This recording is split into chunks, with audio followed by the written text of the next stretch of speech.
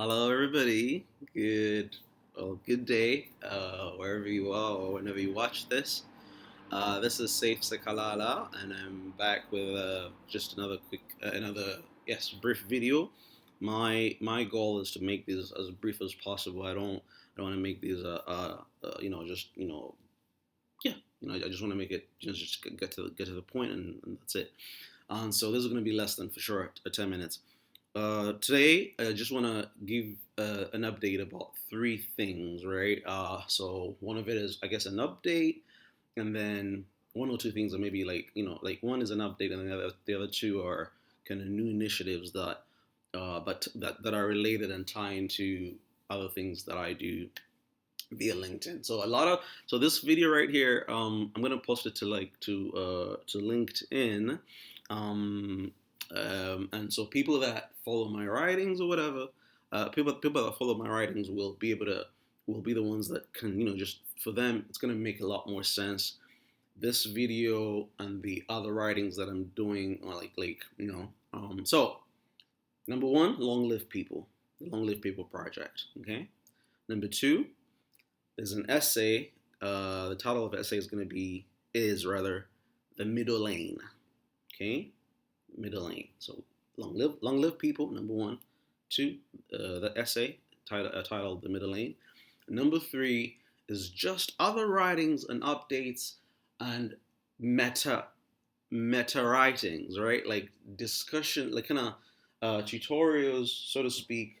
Me demonstrating how to write, how to just execute an idea, how to nurture an idea.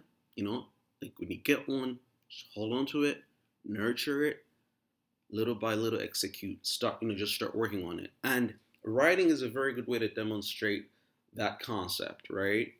Just for its own, in its own context, in terms of writing, like papers, academic papers, business reports, whatever, like professional writing that you got to do, as well as projects in general, actually. So the Long Live People project, just to recap, the Long Live People project, I started it because it's an initiative, like it's a campaign for kind of helping us get a grip, wrap our heads around, so to speak, technology, right? Technology. So it's like we have these smartphones. They've been around forever now. Like computers have been around seemingly forever, etc. Now we have AI. Then you have now quantum computing.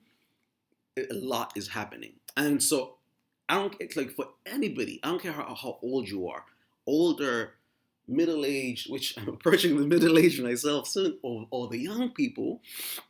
We just don't know how to best utilize. It's clear to me that we're not utilizing all the technologies we have at our disposal as well as we should and or can. You feel me?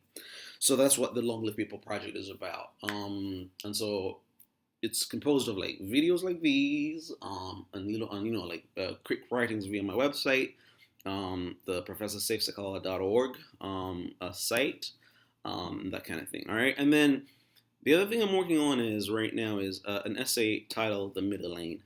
The middle lane, meaning this is going to be like it's a creative nonfiction piece. Middle lane being a metaphor, the highway. Those of us in the West that have, or even in Africa where you have like expressways or whatever, and so there's always that middle lane that like is for you to just kind of just cruise, right? Depending on what side of the road you guys drive in, either the leftmost or rightmost lanes or leftmost lanes are for exiting the highway, right? And many times either of those can also maybe merging onto other highways, that kind of thing. But the middle lane is just for cruising. And the goal of that essay, what I'm trying to do is I'm trying to just discuss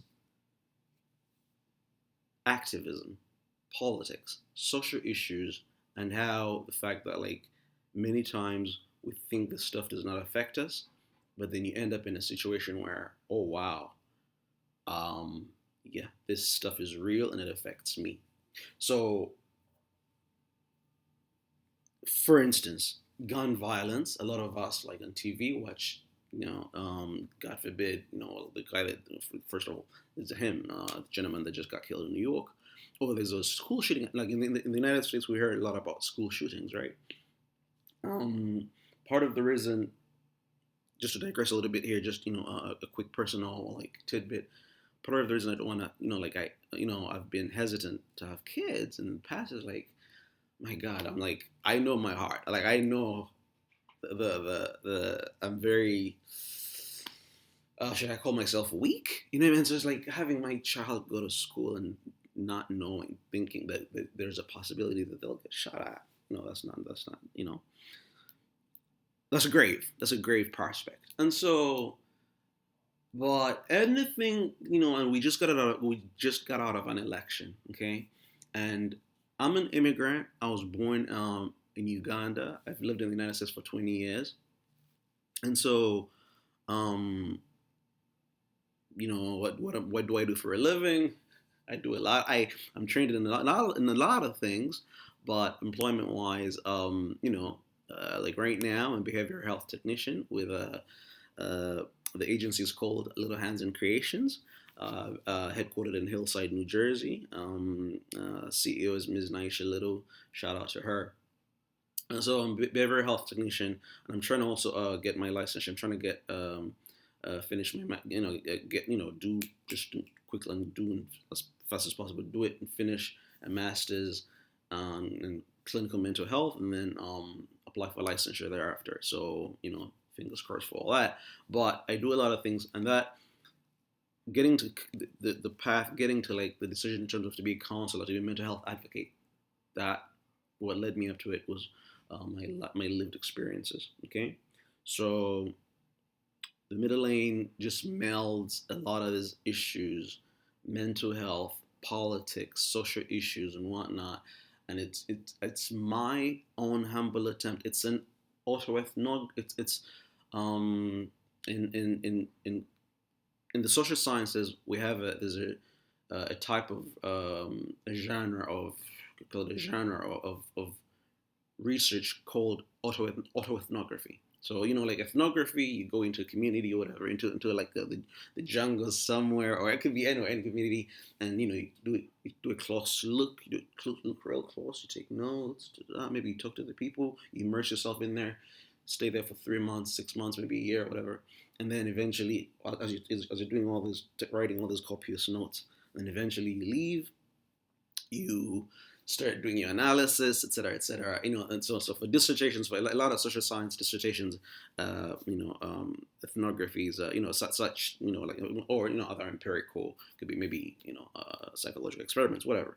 But an autoethnography is like about your own, like you critically examine your own life. It's hard because it's not just me, oh my God, me, like this Instagram, like social media type, like, oh, me, yay, look at me. No, you have to come to grips with, do some soul searching. I mean, from the way I understand it, and and this is going to be collaborative initiative, and so please, colleagues, professors, professors of writing, communication, social science, please, let's just chip in here, whatever. I'm gonna be working on it piecemeal, just publicly, because it's not gonna be like and then eventually I'm hoping it's gonna be the quality, of course, like when I have it of a good enough quality that hopefully we get I can have it invited in like maybe as a feature or whatever in a journal, in an academic journal.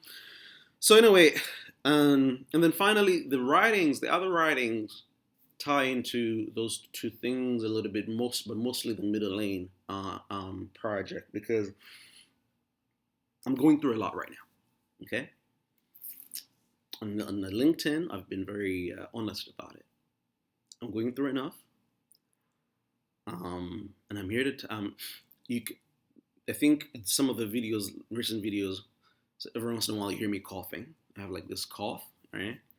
I have chronic bronchitis. hypertension. I have other health issues, and I'm at a very critical, or should I say, even perilous time right now. This is a very very critical time for me.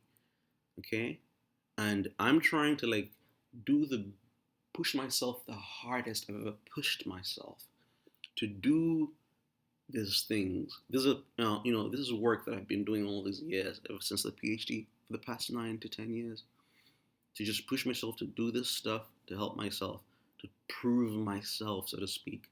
Because if I don't stabilize when it comes, if my employment situation, I mean now,